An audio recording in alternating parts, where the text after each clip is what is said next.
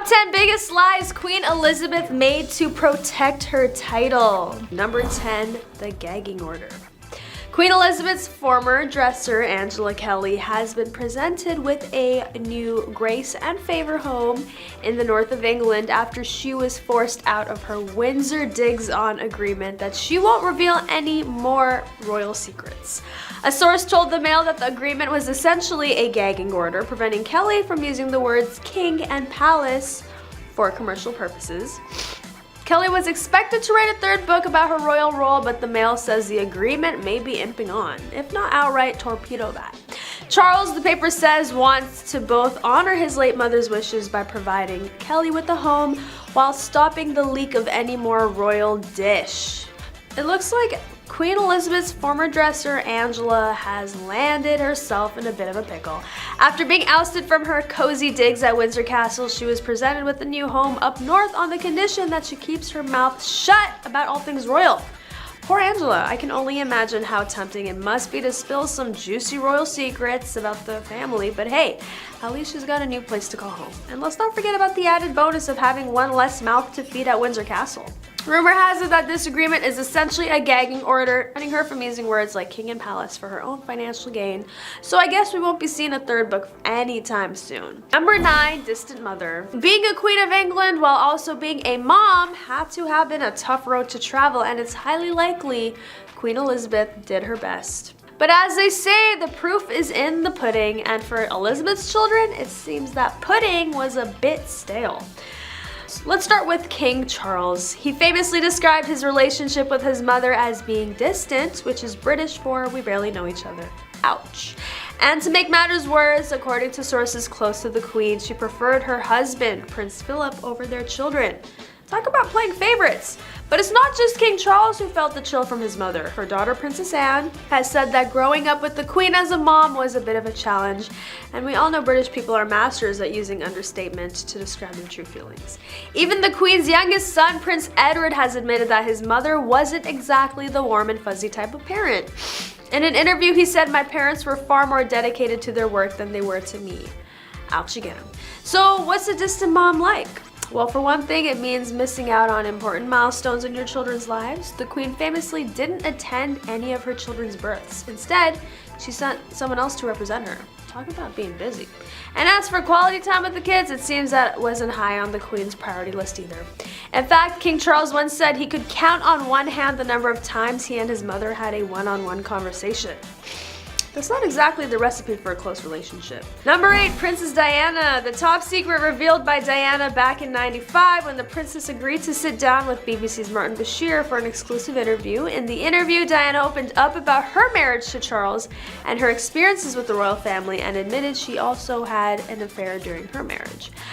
She also revealed that Charles's long affair with Camilla made her feel worthless, but it wasn't just this shocking admission that made the interview a sensation. It was Diana's raw honesty and vulnerability. She broke the mold of being a stoic, composed princess and instead showed her human side, one that struggled with mental health issues and felt trapped in a loveless marriage. The interview was unprecedented for someone of her royal status, where appearances are everything and emotions are to be kept in check. The impact of this interview was far-reaching, causing a media frenzy, sparking conversations about the royal family's treatment of Diana, and it also brought attention to mental health issues and shed light on the pressures faced by those in the public eye. Diana's bravery in speaking her truth ultimately led to changes within the royal family and society as a whole. Today, Diana's legacy lives on as a humanitarian and fashion icon. Her charity work and advocacy for important causes such as landmines and HIV/AIDS continue to inspire others to make a difference. And her iconic style is still emulated by many, proving that she truly was a timeless fashion icon.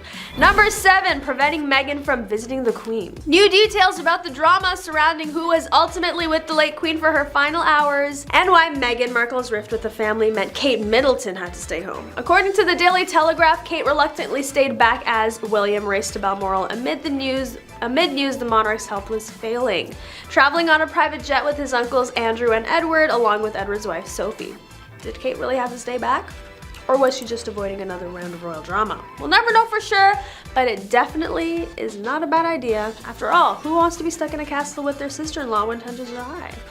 But let's be real, we all know the real reason Kate stayed back. She didn't want to be caught in the middle of another fight between Meghan and the Queen. Can you imagine being stuck in a car with those two driving through the Scottish countryside? And let's not forget the fact that there were already rumors swirling about Meghan and Harry's rocky relationship with the royal family. The last thing Kate needed was to add fuel to the fire by being there in person. Plus, she's got 3 kids at home to take care of. It's not like she could just drop everything and fly off to Scotland at a moment's notice. Number 6, secret room.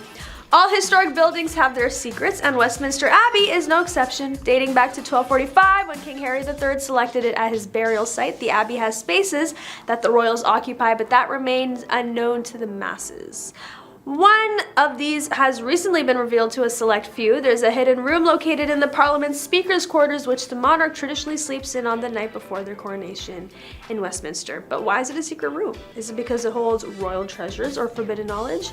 No. The real reason is much more mundane. It's simply used as extra storage space for cleaning supplies and equipment. Imagine that, the place where kings and queens prepare to take on their reign being filled with mops and buckets. However, despite this lack of grandeur, this secret room has served a vital purpose in the past. During World War II, it was used as an air raid shelter for members of the royal family and government officials. It's not often that a janitorial closet saves lives, but during those tumultuous times, it provided refuge from enemy bombings. And while it may not hold any hidden treasures or mystical secrets that we know of, the room itself has a rich history and adds to the intrigue of Westminster Abbey. It's a reminder that even in the most prestigious places, there are still hidden corners and lesser-known stories waiting to be discovered. Number 5, hiding details about wealth. Far from opening the royal family's wealth, inherited or otherwise, to scrutiny, astonishingly, there appears to be no study of this topic. The Queen successfully lobbied the government to change a draft law in order to conceal her embarrassing private wealth from the public. Hey, don't blame Queenie. We all have those embarrassing moments in our lives that we wanted to keep hidden from the world. However, it was quite ironic that the same queen who demands transparency and honesty from her subjects is not willing to practice what she preaches. And let's not forget about the royal family's tax exemptions and huge expenses on luxurious lifestyles. Well, let's give credit where credit is due. Queen Elizabeth had been reigning for over 68 years and had managed to keep herself out of any major scandal or controversy. That definitely requires some skillful maneuvering and a good PR team.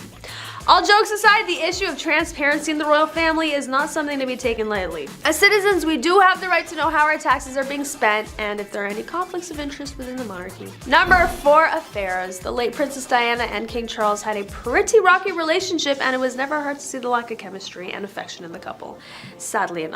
Diana was torn after finding out about the long affair Charles was having with Camilla. However, it seems like affairs have been a trend in the royal family for quite some time. Queen Elizabeth's own sister, Princess Margaret, had her fair share of scandalous affairs that shook the monarchy back in the day. But what is it about royalty that seems to attract affairs? Is it the pressure of a loveless marriage, the constant media scrutiny, or maybe it's just the allure of forbidden fruit? We'll never know.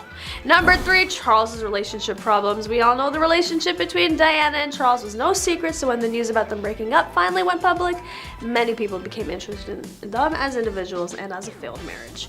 Number 2, Camilla. According to King Charles's biographer who spoke with Newsweek Royal Report podcast, Queen Elizabeth always detested Camilla and only agreed to give her blessing for the royal to be known as Queen Consort because of an unspoken deal behind the scenes. And I wonder what that was.